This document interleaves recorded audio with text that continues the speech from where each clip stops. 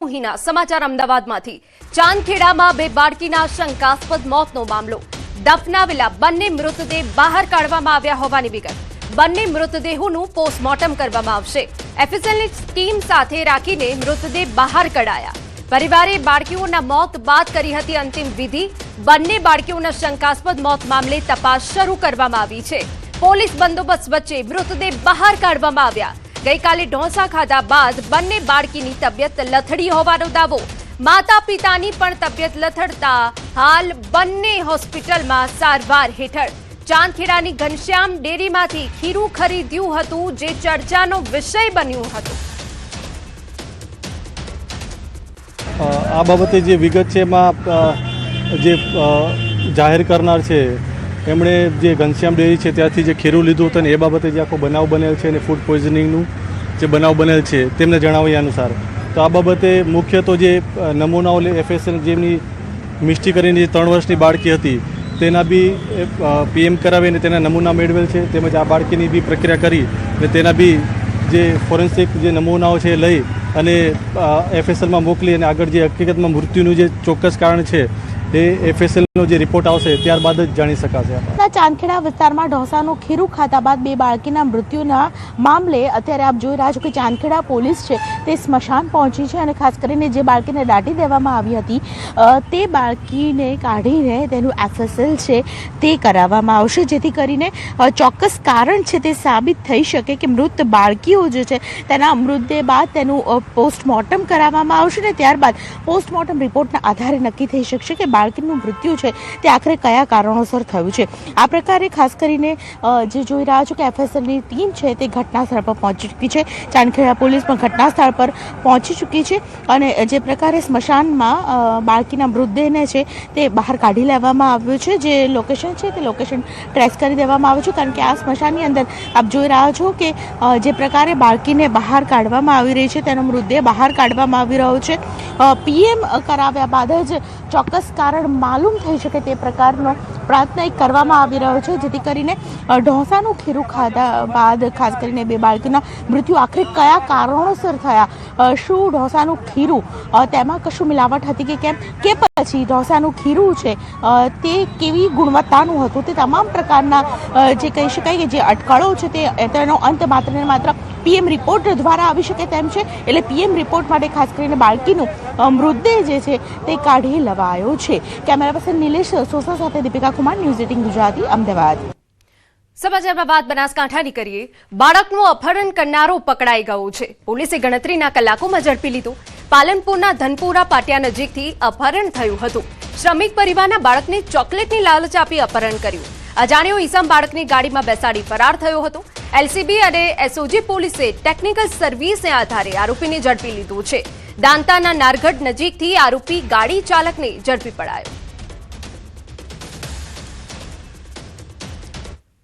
સમાચારમાં વાત સુરતની રાંદેર વિસ્તારમાં જીવલેણ હુમલાની ઘટના બની નજીવી બાબતે જીવલેણ હુમલો કરાયો હુમલાની ઘટના સીસીટીવીમાં કેદ થઈ Ram residency Ugat canal road પાસે નજીવી બાબતમાં જીવલેણ હુમલાની ઘટના બની છે બે ભાઈઓ રસ્તાની બાજુમાં ઊભા હતા તે સમયે એક મોપેડ ચાલકે ટક્કર મારી હતી તેઓએ જોઈને ગાડી ચલાવવાનું કહેતા મોપેડ ચાલક ઉશ્કેરાઈ ગયો હતો મોપેડ ચાલકે ગાળાગાળી કરી હતી બાદમાં મોપેડ ચાલકે હુમલો કર્યો આ ઝપાઝપી દરમિયાન એકને ગંભીર ઈજાઓ પહોંચી છે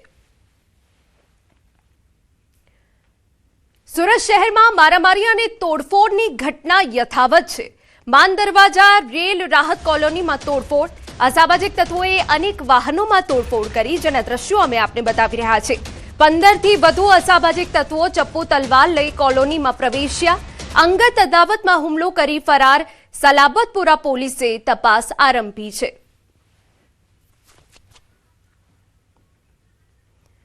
અને હવે બુલેટિનમાં આગળ વાત કરીએ સ્વરાજનો સંગ્રામ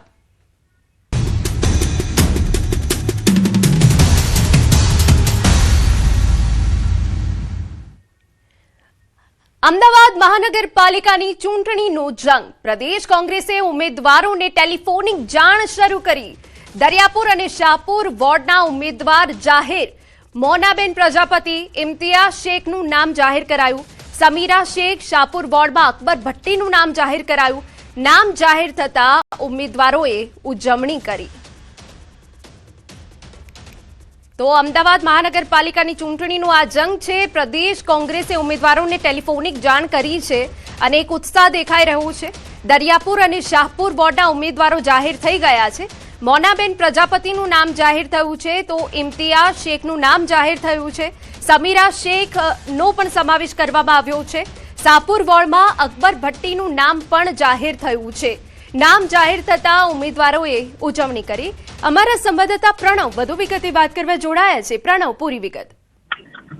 ચોક્કસ, કોંગ્રેસ પાર્ટીએ પોતાની પ્રથમ યાદી જાહેર કરી ત્યારબાદ હવે બીજી યાદીની રાહ જોવાઈ રહી છે. ત્યારે કોંગ્રેસ કાર્યાલય તરફથી અનેક એવા ઉમેદવારો હતા કે જેઓને ફોનની જાણ પણ કરી દેવામાં આવી છે. આજે શક્યતાઓ છે કે બીજી યાદી જાહેર થાય, પરંતુ તેની પહેલા જ ગત મોડી રાતે અનેક એવા અમદાવાદ શહેરના ઉમેદવારો હતા કે જેઓને કોંગ્રેસ કાર્યાલય તરફથી ટેલિફોનિક વાતચીત કરી દેવામાં આવી છે કે આપની ટિકિટ કન્ફર્મ છે. તેને લઈને દરિયાપુર અને શાહપુર જે વોર્ડના જે જાહેર થયેલા જે ઉમેદવારો છે તેઓએ ત્યાં શક્તિ પ્રદર્શન પણ કર્યું હતું. તેની અંદર દરિયાપુરમાં જે પ્રથમ યાદી હતી તેની અંદર નીરવ બક્ષીનું નામ જાહેર થયું હતું, પરંતુ બીજી અન્ય જે 4 નામો બાકી હતા તેને લઈને પણ કોંગ્રેસ પાર્ટી ગઈકાલે ટેલિફોનિક જાણ કરી દેવામાં આવી છે. ખાસ કરીને દરિયાપુર વોર્ડની અંદર મોનાબેન પ્રજાપતિ, ઇમ્તિયાઝ શેખ જે હાલ વર્તમાન કોર્પોરેટર છે તેઓને રિપીટ કરાયા છે.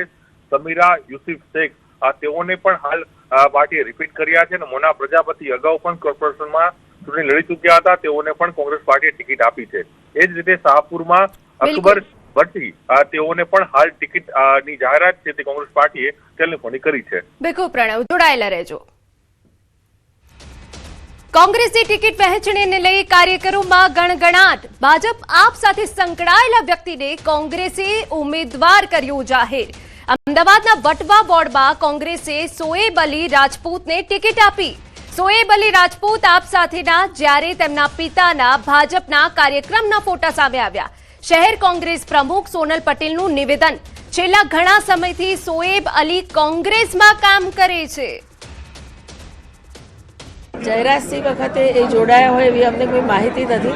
અને એની સાથે ફોટોગ્રાફની જે વાત છે, કોઈ સોશિયલ ફંક્શનમાં, સામાજિક ફંક્શનોમાં લોકો એકબીજાને મળતા હોય છે, એ સમયના ફોટો તમને પોતાને ખ્યાલ છે કે ઇલેક્શન સમયે ઘણા બધા લોકો પ્લસ અને માઇનસ કરી અને પ્રચાર કરતા હોય છે. એટલે એને અત્યારે અમારે એ પોતે પ્રચારના કામમાં લાગી ગયા છે અને એક યંગ એ રિપ્રેઝન્ટેશન કરે છે, એટલા માટે અમે એમને તક આપી છે. અમારા સંવાદદાતા પ્રણવ જોડાયેલા છે. પ્રણવ, ભાજપ આપ સાથે સંકળાયેલા વ્યક્તિને કોંગ્રેસે ઉમેદવાર જાહેર કરી દીધા છે. આખો એ મામલો શું છે? ચોક્કસ, કોંગ્રેસના કાર્યકર્તાઓમાં ગણગણાટ શરૂ થયો છે અને પ્રદેશ કક્ષાએ પણ રજૂઆત કરવામાં આવી છે કે વટવા વોર્ડના જે કોંગ્રેસે ઉમેદવાર જાહેર કર્યા છે પ્રથમ યાદીમાં સોએબ અલી જે રાજપૂત છે તેને લઈને વિરોધ નોંધાવવામાં આવ્યો છે કે સોએબ અલી છે તે આમ આદમી પાર્ટી સાથે જોડાયેલો છે, તો સાથે જ તેના જે પિતા છે તે ભારતીય જનતા પાર્ટીના કાર્યકર્તાઓ સાથે પણ જોવા મળી રહ્યા છે. તે પ્રકારના સોશિયલ મીડિયામાં ફોટા વાયરલ થયા છે. ત્યારે વટવાના અનેક આગેવાનોએ પ્રદેશના નેતાઓ સાથે રજૂઆત કરી હતી કે આ ટિકિટ વહેંચણીમાં ક્યાંક ને ક્યાંક ગડબડ થઈ છે, તે પ્રકારનો આરોપ પણ લગાડવામાં આવ્યો હતો. અને અગાઉ પણ રામોલ હાથીજણ વોર્ડની અંદર પણ એક ઘટના જોવા મળી જે ભારતીય જનતા પાર્ટી સાથે જોડાયેલા રમીશ શેખ છે તેઓને ટિકિટ આપવામાં આવી હતી. તે જ રીતે વટવામાં પણ આવી ઘટના સામે તેને લઈને કાર્યકર્તાઓમાં ગુસ્સો છે. કાર્યકર્તાઓએ ફરી આ તમામ જે નામો છે, જે પેનલ બનાવવામાં આવ્યું છે, વટવાના 3 ઉમેદવારો જાહેર કર્યા છે, તેને નામ દૂર કરવામાં આવે તે પ્રકારની માંગ પ્રદેશ કક્ષાએ કરવામાં આવી છે. બિલકુલ, આભાર તમામ વિગતો બદલ. સમાચારમાં વાત વડોદરાની કરીએ તો આપે ભાજપ કાર્યકરના પત્નીને ટિકિટ આપી. પાદરામાં આમ આદમી પાર્ટીએ ભાજપના કાર્યકરના પત્નીને ટિકિટ આપી. ભાજપના કાર્યકર નટવરસિંહ પઢિયારના પત્ની કાંતાબેનને ટિકિટ આપી. વંડુ જિલ્લા પંચાયત બેઠક પર ટિકિટ ફાળવી હોવાની વિગત. આપે જાણ બહાર ટિકિટ ફાળવી હોવાનો આક્ષેપ નટવરસિંહ પઢિયારે કર્યો છે અને ટિકિટનો અસ્વીકાર કર્યો હોવાની પણ વિગત. હું ભારતીય જનતા પાર્ટીના વિચારસરણી વાળો માણસ છું, પણ આમ આદમી પાર્ટીએ અમારી જાન બહાર અમારી ટિકિટ ફાળવણી કરી છે.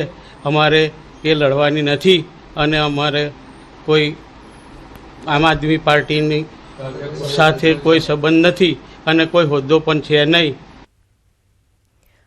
સુરતમાં સ્થાનિક સ્વરાજ્યની ચૂંટણી નજીક આવતા રાજકીય માહોલ ગરમાયો છે. તો સાથે જ બજારમાં ચૂંટણી સામગ્રીની માંગમાં પણ તેજી જોવા મળી રહી છે. શહેરના વેપારીઓએ પહેલેથી ઝંડા, બેનર, ટોપી, સાડીઓ અને અન્ય પ્રચાર સામગ્રીઓનો મોટો જથ્થો તૈયાર કરી રાખ્યો છે. ભાજપ, કોંગ્રેસ અને આપ સહિત વિવિધ પક્ષોના સમર્થકો માટે અલગ અલગ સામગ્રી ઉપલબ્ધ છે. વેપારીઓના કહેવા મુજબ આગામી દિવસોમાં 2 થી 3 કરોડ રૂપિયાના વેચાણની શક્યતા છે, જેના કારણે બજારમાં ચહલપહલ વધી ગઈ છે અને કોરોના પછી ધીમી પડેલી વેપારને હવે ચૂંટણીના માહોલે નવી દિશા આપી છે.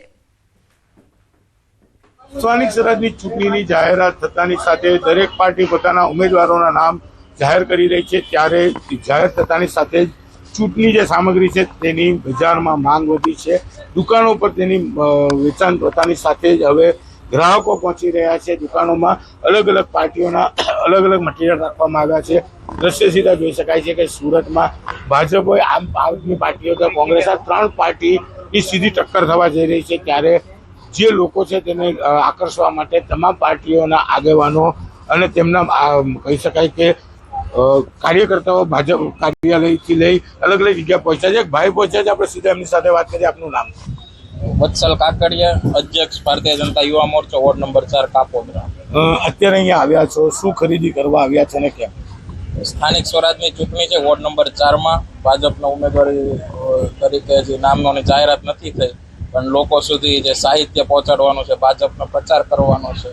આ વખતે ફૂલ બહુમતીથી વોર્ડ નંબર 4ને 4 કમળ અમારે મોદી સાહેબ સુધી પહોંચાડવાના છે. એટલે અમે અત્યારે ચૂંટણી પ્રચાર માટે સાહિત્ય લેવા આવ્યા છે.